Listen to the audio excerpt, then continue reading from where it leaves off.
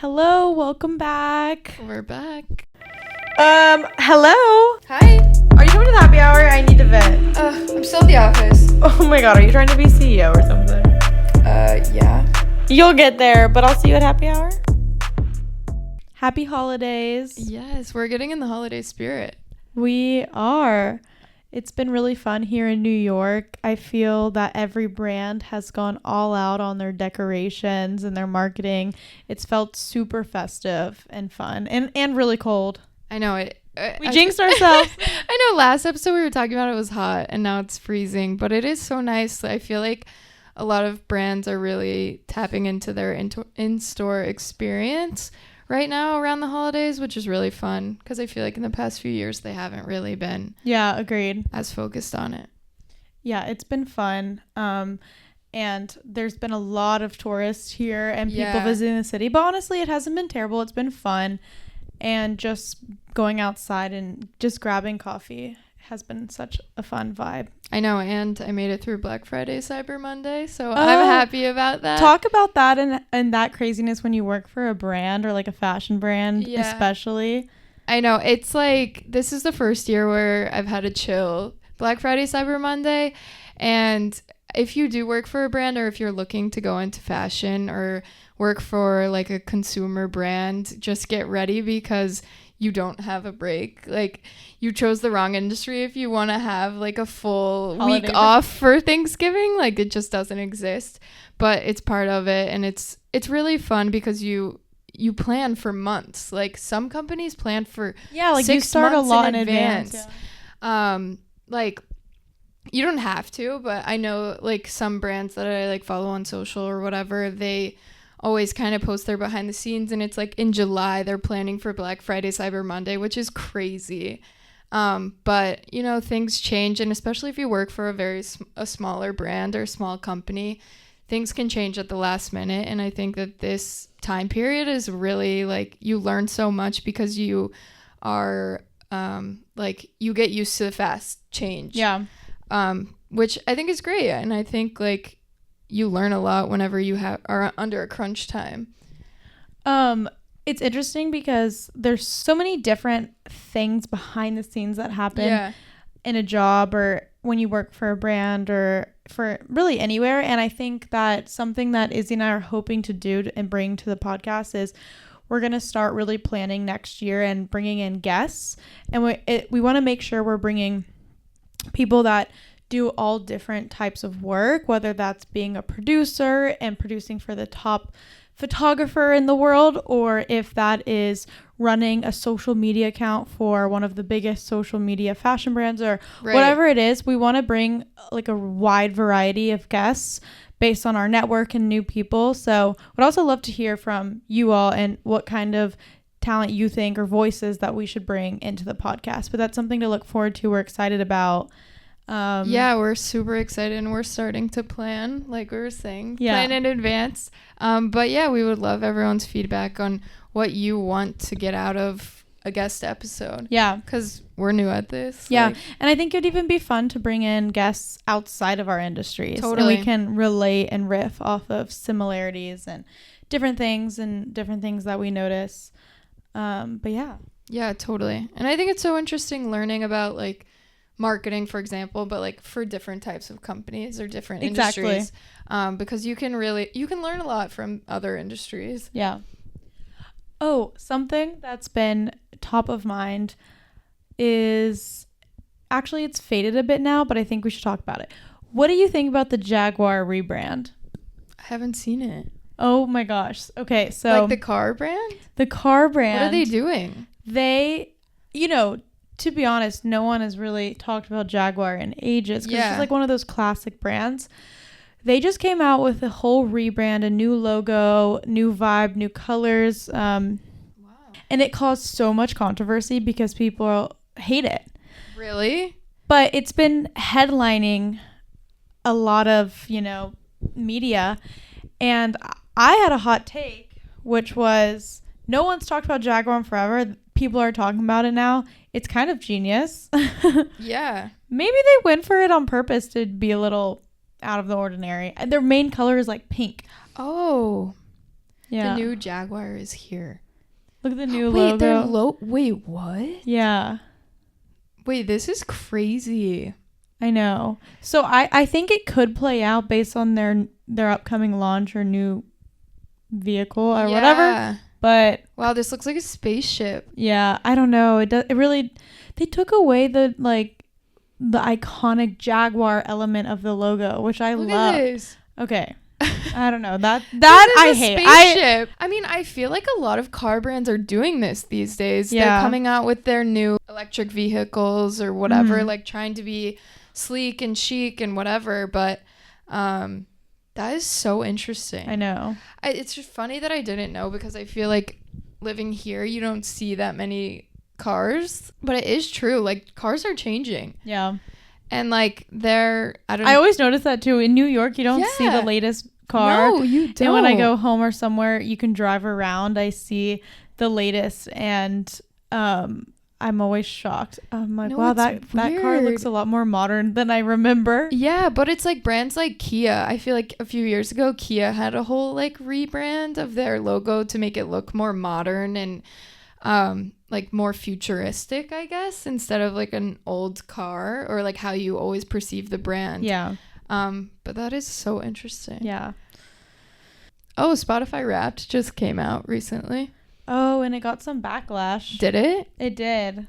I feel like every year they get backlash. Like maybe last year, a lot of people who don't even listen to Taylor Swift had Taylor Swift pop up on there. I did too. And I think it's just so crazy. I couldn't look at my Spotify Wrapped until recently, so I just saw mine yesterday. It's because they're saying they went all in on AI. Interesting. Which, let's see, what did that cause? Okay, they removed some of their favorite features like top genres. Oh yeah.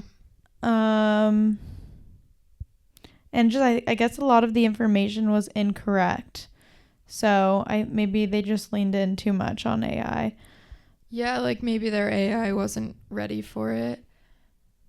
Yeah. I know a lot of people got like it was like your pink Pilates princess, like, you know how they did a recap of every month? Like, it was like this month was your month of whatever, but I swear mine like was the same as everyone else's.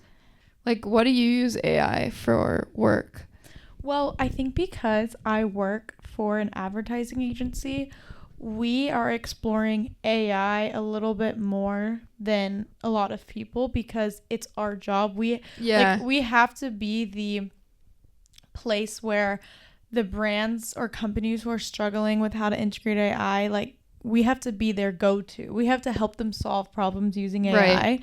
So it's kind of a mission in our company right now to like R&D and explore and figure out where you can apply AI and how to innovate with AI. Mm-hmm. But in terms of a day-to-day, I use it for a lot of things. I think where it helps me the most is with communications. I think even using it to prompt like, what questions should I ask for this meeting? Or I have something coming up. I have a conversation coming up. I want to get this and that out of it. What are some of the things I can ask? Yeah. Like using it in different ways of actually like thinking through some of the thought starters to arm you correctly with a conversation. A lot of times I use it for, your daily things or helping me organize my notes or help me correct my grammar. But there are so many different things you can use it for. I use it to comp. We use it a lot to comp imagery at our agency. So if we're presenting an idea to a client or we're presenting a campaign, it used to be like more so a mood board or you're going heavy in Photoshop to comp it, which you still have to do. But now AI makes it so much easier to make visuals to portray an idea that you want to bring to life. I mean, you can make it look exactly like how it will be. Yeah, which is so cool. And it really probably helps like expedite your process of like dealing with the client in the beginning. Like, definitely. Letting them actually see the vision instead of like you talking all this talk and they're like, yeah, that sounds good. Yeah, to see it. Yeah. It's amazing. What about you? How do y'all use AI? I think for me personally, I really use it for like predictive analytics. So like right now I'm like trying to figure out how to better use it, but we have this capability where it will predict what the shopper is going to buy on their second purchase and how many days after their first purchase are they going to make this second purchase. Wow. So that you can say, okay, this group of people is most likely to purchase again in 20 days. So you should send them a campaign in 20 days with these products because they bought this one first. Wow. So we're trying to really figure out like what are people really shopping for to really personalize that experience and just kind of like guarantee that they convert. Because, you know, you get spammed with your emails all the time, like new this, new that, but you don't always like that. So true. But yeah, that's kind of how I'm really using it. I also like to use it like to help me rewrite things but I think what you said about, you know, like preparing for a meeting, using it to prepare, like, I really want to get XYZ out of this meeting. Like, how do I go about that? And I think you talked about how it had the ability, you can really teach the AI chatbot a lot of information to like help maximize your use out of it. Have you used that recently? Yeah, and that's something that is really interesting.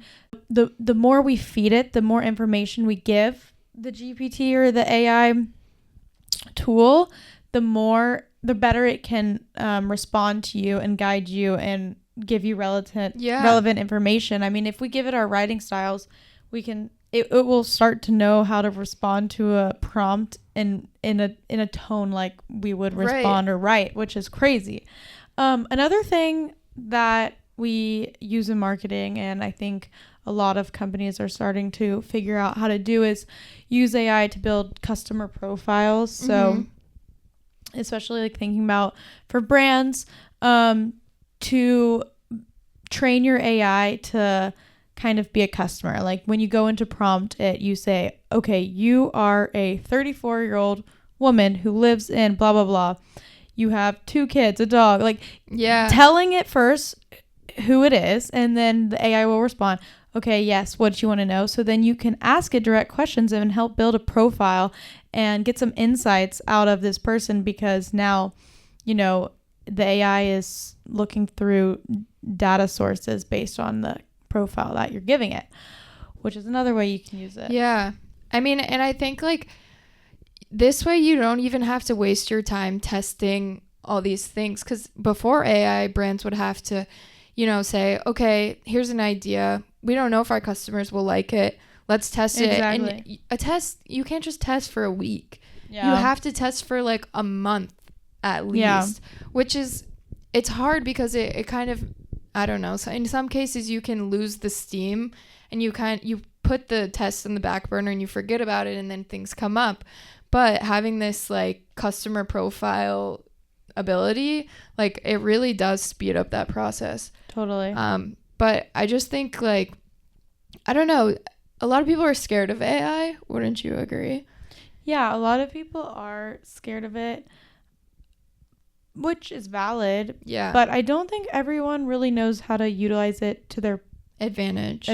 Yeah. I think somebody said once, the people who are afraid of AI are going to really like slow down. Yeah. But the people who know how to use AI to make them perform better are the ones who are going to really succeed. And like AI is not going to take your job. I know. You have to embrace it at this point. I mean, it's not going anywhere. I mean, you can have your opinions, but you should be figuring out how to utilize it, because if you don't, everyone else is. So you're just getting behind and embarrassing yourself. Okay, random question. Yes. What are when you enter a company or the workforce, you're going to interfere or come across people that you might not like or might annoy you, but you have to keep that relationship because it's work and you have to be professional. What's advice you have for that? And has it happened to you? I think of course it's happened to me. I mean, there's people in your everyday life that annoy you, but I think part of being in a work environment and staying professional, you just have to realize it's just work. They're not going to be your best friend. Totally. That's good advice. It's not that deep, and it's just business. That's why it's like you can't take things too personally, especially like that's really not going to help you succeed in your career, because people are going to tell you stuff that you don't like or that may hurt your feelings, but you can't let your feelings get involved, which is a hard thing to learn, I think.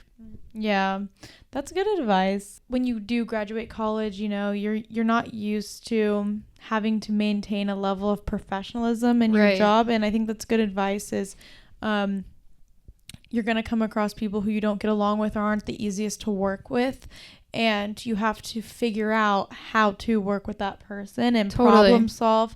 And that's like a really big strength that a lot of people don't have, is just, you know, figuring out the best way. Everyone works differently, and you know, it's kind of like that person in a school project who's never doing any work. When you're in college, you can just say, get mad at them, or like tell the them teacher, a bad review, leave a bad peer review. Yeah, you get into the workforce and you can't do that. You have to just deal with it, and it's something that no one talks about. So I thought it was a good subject for the pod, but I think those are some good tips of just, it's just business. Don't worry about it too much. And of course, it's like easy to say that. Like everyone gets wrapped up in some drama at work, but I mean, if you let those things interfere with you personally, then your level of work is going to go down. That's so I've found true. in my, like, that's happened to me, I feel like. Or like if you let it affect you, then it affects your personal life as well. Because then you go home and you just bitch about it and talk about it, and no one wants to hear about it. No one does. But I mean, you have to learn how to work with people that maybe you don't mesh as well with. And once you figure that out, then I think you're set.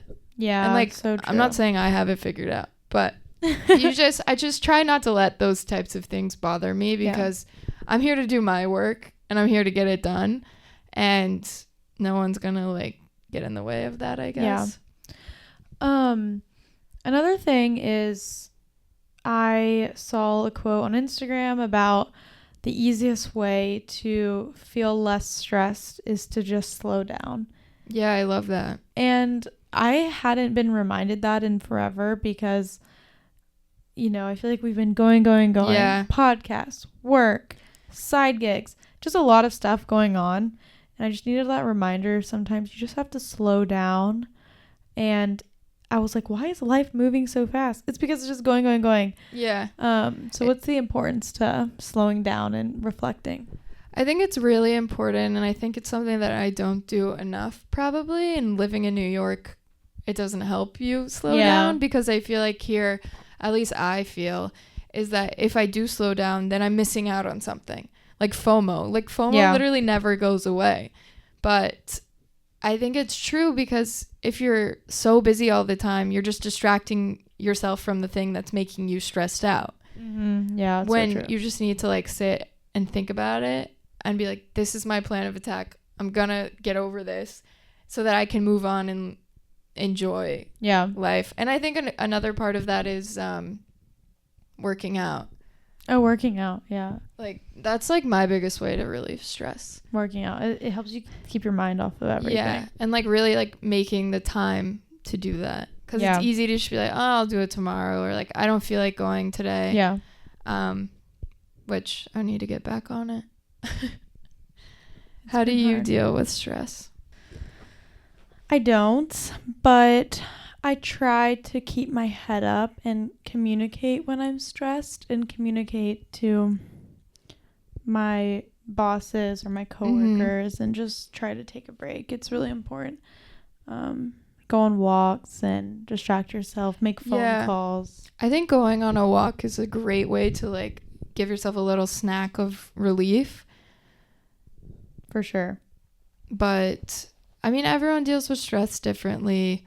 And it's something that you definitely go through a lot, I think, in your first job. Yeah. And like your first year post grad, you're figuring out who you are and how you deal with things alone. It's weird. It's a very weird feeling. But I think it just takes time to get it, like, to figure it out. Yeah, it does. And I think surrounding yourself with a great group of people is a really big factor in that. And surrounding yourself with people who support you is so important. Totally. And I don't know. I've luckily found friends, even not my super tight friends, who are super supportive and just constantly asking, how's this? How's the podcast? And it's been really helpful and motivating because they tell me, oh, I was telling blah, blah about your podcast. And I think, oh, that's just a sign to keep going. Totally. Like, I have supportive people that are rooting for me and telling other people about me. Like, I can't bail on these support systems, and that's something that's really important to find whenever you start working. Totally agree. Izzy, yes, we've talked about how one of the hardest things in work is writing emails and overthinking them, because we're always like, oh, did I say this right? What how do you find your email tone of voice and get better at emailing and just not caring so much? I think what I figured out that works for me is to keep it really simple, very short and direct. You don't need to have a whole explanation of why you did something. You just say, this is what I did. I have this problem. Can you help? Or I need you to do XYZ. Can it be done by this day? I think like sometimes we get caught up with like, oh, I don't want to sound rude on my email. I want to send an exclamation point at the end of this sentence, which I think is very funny. Like, I work in a very female dominated office, and girls talk to each other with so many exclamation points. And when you don't get one, you feel like maybe they're mad or they're upset. Exactly.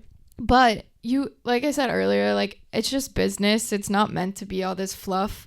And don't overuse the exclamation point. We need to get rid of the exclamation point as females. Can we make a pact? Yeah. Like 2025, no more exclamation points. Like, just say, thanks, period, your name. You're done with the email. Yep. But I think that's very important. I think you can get kind of like lost in overthinking what you're going to say. Like, are they going to interpret this weird? But if you just keep it super simple, you're not going to run into as many miscommunications or, oh, I didn't realize that's what you meant. Yeah. But that's another place you can use ChatGPT or some sort of AI to say, how do I make this more direct? Totally. It's all about knowing how to prompt it. Yeah. And get across what you're trying to do. Because you can say, make this sound more appealing for this type of person, or make this email make more sense for this type of audience, or whatever. Yeah. Or say like, I'm sending this to my boss, make it more professional or make it more serious. And if you don't like what the chat thing gives you, you can just say more options, please. Yeah, exactly. But yeah, let's get rid of that exclamation point and only use it whenever it's necessary. Love that. All right. Well, thanks everyone. We'll talk to you soon. Leave your guest suggestions down below. All right. Bye.